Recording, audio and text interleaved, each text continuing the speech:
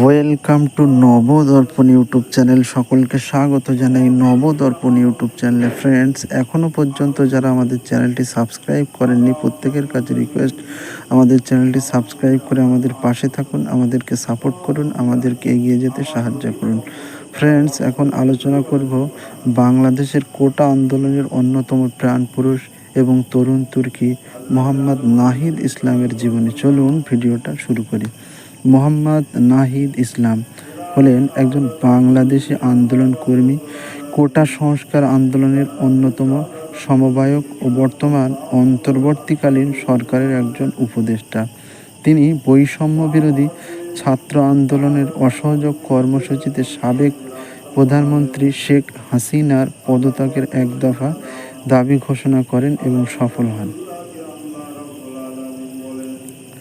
Nahid Islam